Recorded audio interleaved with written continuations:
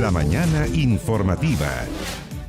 Bien, vamos a un tema muy interesante y profundo también. El Ministerio de Justicia advirtió el inminente colapso de las cárceles en nuestro país y la posible crisis de hacinamiento de los recintos penitenciarios debido al aumento de personas privadas de libertad. Queremos conversar más al respecto. Estamos para esto junto al Ministro de Justicia, Luis Cordero.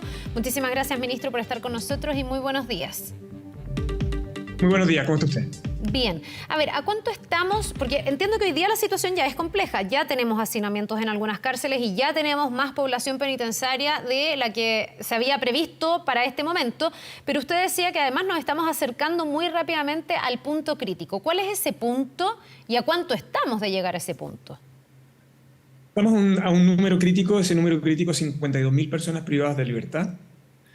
Y la razón que explica esto es esencialmente la siguiente. Nosotros tenemos un número de plazas penitenciarias detenida desde el año 2012, que a aproximadamente 41.700 plazas. Ese número de plazas no ha aumentado en nuestro país desde hace una década. Durante algunos años ese número de plazas se pudo administrar. Lo que sucede es que entre el año 2021 al 2022 pasamos de 41.000 personas privadas de libertad a 46.000. Y en estos últimos meses ese número se ha ascendido a 49.566 personas, más o menos lo que fue el número del día viernes de la semana pasada. Y el número crítico es 52.000. ¿Y por qué esto de tema es complejo? Fundamentalmente no solo porque hoy la imposibilidad de disponer mayores plazas es consecuencia de un problema estructural de política pública de la última década, sino que además es complejo desde el punto de vista de las condiciones que genera la sobrepoblación y el hacinamiento, no solo para las personas privadas de libertad, sino que también y esencialmente para las personas que trabajan al interior de los centros penitenciarios, sea la custodia, sea los temas de reinserción. Además de esto, hay otros efectos colaterales, como los que están vinculados al uso intensivo de la infraestructura. La imposibilidad al uso intensivo tiene una cantidad de efectos. Como usted comprenderá que en una cárcel de esa característica los servicios básicos se ven afectados severamente. Y además de eso, esos usos intensivos impedirían reparaciones oportunas porque significaría sacar plazas que deben ser utilizadas. Estamos en una situación como esta producto de los hechos que han ocurrido durante la última década, o la imprevisión de la última década, y las alternativas que está evaluando el gobierno en la actualidad es acelerar la implementación de por lo menos 2 proyectos de infraestructura que están en su etapa terminal. Uno es la ampliación del Manzano y la segunda es la nueva cárcel de Talca, La Laguna, pero para que quienes nos escuchan tengan un orden de magnitud, son proyectos que se iniciaron en el 2009 o el 2012 en el fondo, ¿no? Es decir, además los proyectos de infraestructura nos demoramos muchos años en poder ejecutarlos. Ahora, cuando se terminen estos 2 proyectos, que son los más inmediatos, ¿cuánto se aumentan las plazas? ¿Cuántos más reos puede resistir el sistema? Vamos a tener una disponibilidad de cerca de 3.000 plazas adicionales, pero las 3.000. tasas de crecimiento que tenemos, sí, 3.000 adicionales, pero las tasas de crecimiento que tenemos en la actualidad, ese número ni siquiera nos permite hacernos cargo de la sobrepoblación que tenemos ya hoy día, en el fondo, ¿no? Por eso la solución es un poco más de dimensiones más estructurales. Por eso el presidente de la República ha pedido reactivar el plan de infraestructura que había estado detenido por algún tiempo, ver en aquellos casos de ampliaciones de infraestructura de algunos penales, porque entre otras cosas hoy día uno de los problemas que tiene el sistema carcelario es que tampoco hay disponibilidad de terrenos y por lo tanto solo podemos en el corto plazo iniciar los procesos para ampliar algunos establecimientos penitenciarios. Entonces esa es más o menos la situación en la que actualmente nos Ministro, encontramos. ¿cómo llegamos a esto? Tenemos más delincuencia y eso explica la mayor cantidad de reos, tenemos penas más duras y por lo tanto más gente en la cárcel, tenemos una falta de visión por parte de quienes no construyeron más cárceles o a lo mejor un exceso de positivismo pensando que las cárceles se iban a gestionar de mejor manera y iban a ser capaces de, no sé, rehabilitar más gente, que la gente saliera más rápido. ¿Qué pasó?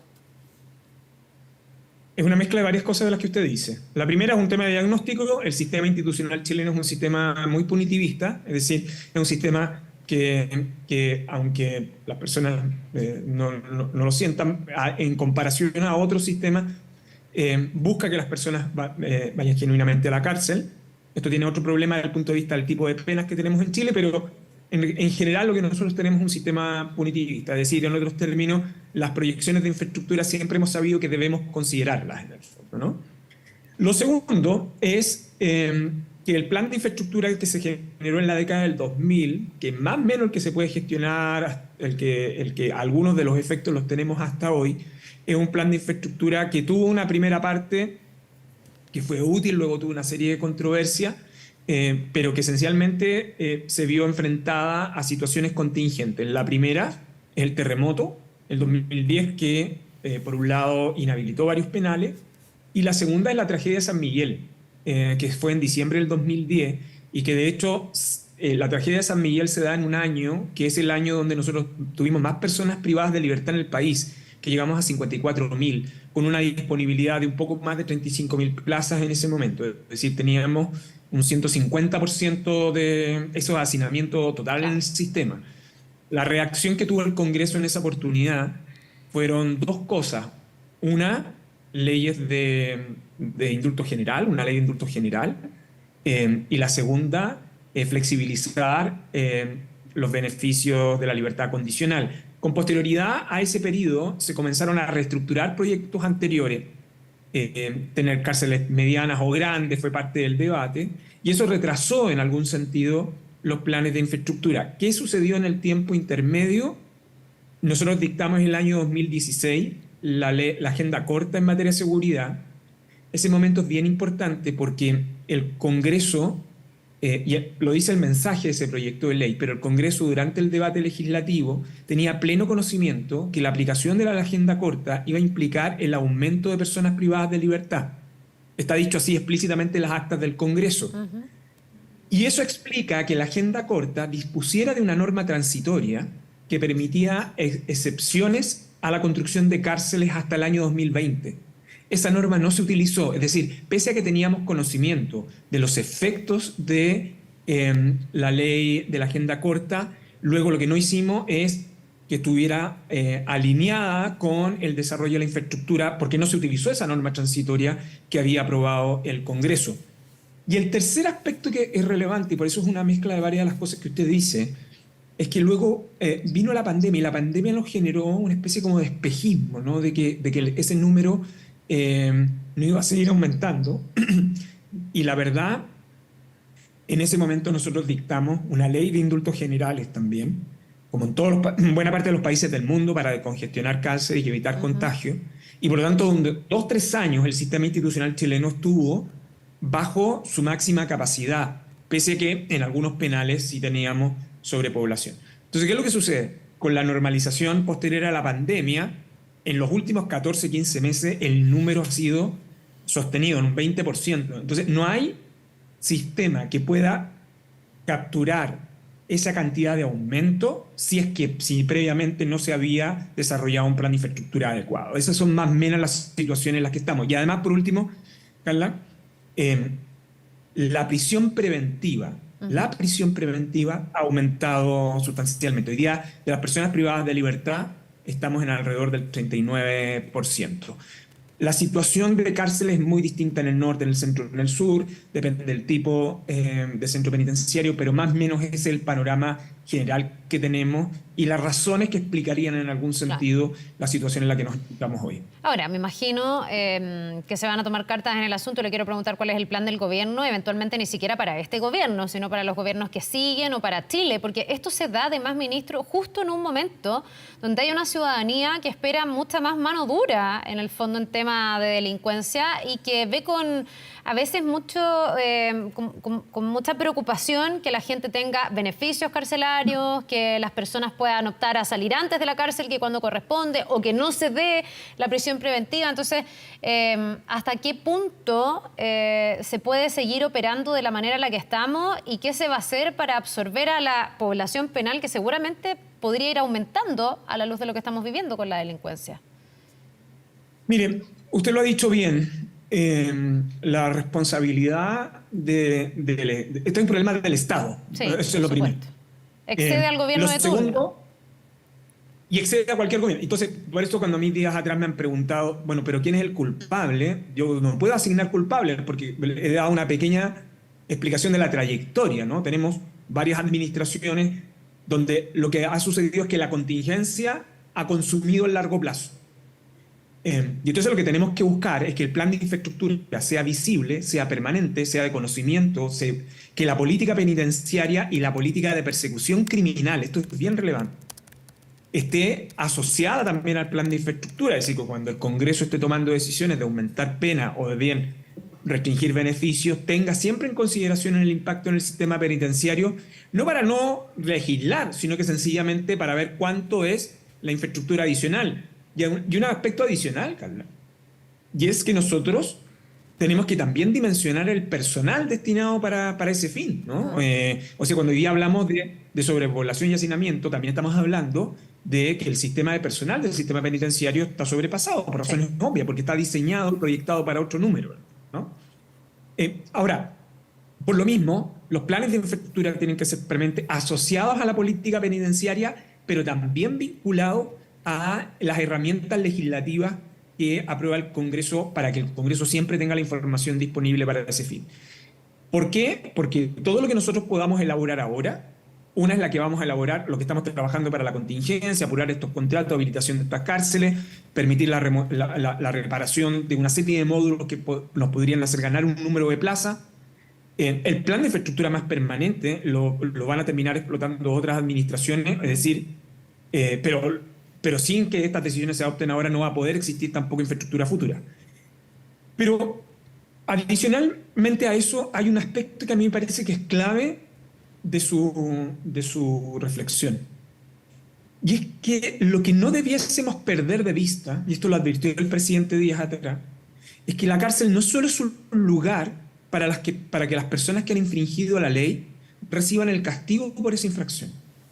Es que la cárcel también, y particularmente por las condiciones, por el debate de seguridad, debe ser un espacio para que las personas puedan lograr mecanismos genuinos de reinserción social.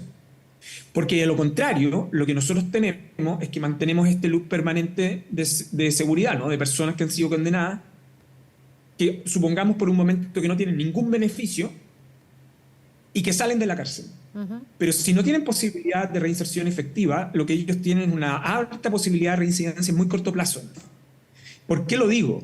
Porque cuando usted tiene un sistema penitenciario congestionado como el que tenemos en la actualidad, no solo tiene una sobreutilización de la infraestructura, no solo tiene este problema de afectación de derechos de las personas privadas de libertad y de los funcionarios, sino que también hace menos probable la reinserción. Ministro. Entonces, lo que yo creo que con esto nosotros tenemos que también tener en perspectiva que ese es un espacio que también debe ser útil para eso. Sí. Ahora, lo que pasa es que quería hacer hincapié en un punto, porque usted tiene toda la razón. En el fondo, el ideal del sistema carcelario es que la gente también se pudiera rehabilitar, aquellos que son rehabilitables, y ojalá que no vuelvan a delinquir para que no vuelvan a tochar y esto no se convierta en un círculo vicioso. Y usted dice con hacinamiento eso cada día es más difícil, pero incluso sin hacinamiento uno se pregunta qué tan efectivo es la gestión dentro de las cárceles. ¿Cuánta gente dentro de la cárcel trabaja? Estaba leyendo cifras del 2016, o sea, no del atochamiento actual, sino que anterior, que dice que solo el 30% de los reos trabajan. Está comprobado que aquellos que trabajan tienen muchas menos posibilidades de reincidir. Se van a rehabilitar más probablemente. El problema es que pocos acceden a ese trabajo, pocos se rehabilitan y finalmente sí se da esta lógica del círculo vicioso. Entonces después vuelven a tomar preso a alguien y sabemos que tenía no sé cuántas condenas anteriores, que ya había estado en la cárcel y la ciudadanía empieza a pedir cada vez más mano dura. Entonces aquí estamos frente al círculo vicioso, parece, ¿no? Sí, pero también tiene que ver con el hecho de cuánto invertimos también en reinserción. Porque fíjense que nosotros cuando hablamos de cárceles, regularmente tratamos a gendarmería. Uno es el personal uniformado de gendarmería, son alrededor de 20.000 personas. Y otro es el personal civil que se dedica a reinserción, que son 4.000 personas, 4.000 y algo. O sea, hay un déficit que va más allá del hacinamiento. O sea, el hacinamiento complejiza esto aún más, pero sin hacinamiento igual falta, parece, en esta materia. No, tiene que ver también con la manera en cómo hemos concebido la política penitenciaria. Ya.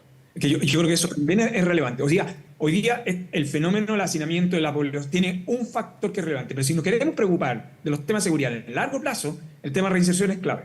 ¿Y sabe lo dramático de esto? ¿Sabe lo dramático de esto? Que cuando uno lee el debate de la ley de la agenda corta de seguridad del 2016, había plena conciencia, uno, de que había que aumentar plaza y por eso tenían una excepcional, y dos, que había que trabajar separadamente en reinserción. Y bueno, pocas de las dos cosas hicimos en estos últimos años, la verdad. Ya, o sea, esto es un déficit que yo me imagino que se suma también a otros déficits, porque una cosa es la infraestructura, y ya le voy a preguntar porque ustedes han hablado de la posibilidad de construir una cárcel que sería para narcotraficantes, ya le quiero preguntar cuál va a ser el modelo de eso, pero me interesa lo del déficit no solo en el tema de la reinserción, sino también de lo que pasa dentro de las cárceles, porque hasta el día de hoy uno se pregunta por qué se siguen generando estafas, liderando delitos desde las cárceles. Ahora recién con la ley antinarco se habla de la supresión de los celulares y las señales, pero eso es algo histórico que se viene diciendo hace mucho tiempo. Entonces, ¿cómo puede ser que haya delincuentes que en su jerga consideren que ir a la cárcel es ir a la playa? Claro, lo que pasa es que ahí tenemos dos cosas, y es cómo actualizamos hoy un asunto que ha sido debate permanente y como que suprimimos entre medio los avances que se han realizado. Hoy día Gendarmería cumple un rol clave en la investigación de delitos que se cometen al interior de las cárceles y cumple un rol muy esencial, pero muy esencial, en el combate contra el crimen organizado, tanto que existe un trabajo permanente entre el Ministerio Público y Gendarmería, y el Congreso acaba de haber aprobado hace pocos meses la norma que le reconoce a Gendarmería ese rol para combate de crimen organizado. ¿Y por qué esto es tan relevante, Carla? Porque aquí hay cosas que no se dicen, que yo creo que es bien importante decirlas. Una cantidad importante de bandas se han desbaratado producto de las investigaciones de Gendarmería. Yeah. ¿Por qué? Y esto es clave, porque lo que sucede en la cárcel tiene impacto en la calle, y lo que tiene impacto en la calle tiene impacto en la cárcel. ¿Okay? Entonces, hoy día, la cárcel también es un espacio de investigación criminal. Y en ese espacio están realizando y están obteniendo resultados eficaces Gendarmería con el Ministerio Público, ¿no? De hecho, probablemente el segundo semestre nosotros tengamos un juicio oral del crimen organizado, probablemente el más grande que podamos tener, pero que su origen es una investigación que se realiza al interior de Gendarmería. Hay algunos aspectos positivos de Gendarmería, este es uno de ellos, que yo creo que es importante rescatarlo. Sobre los temas de celulares, inhibidores. Claro, construimos cárceles con obligaciones de inhibidores de celulares, pero tenían defectos técnicos, ¿no?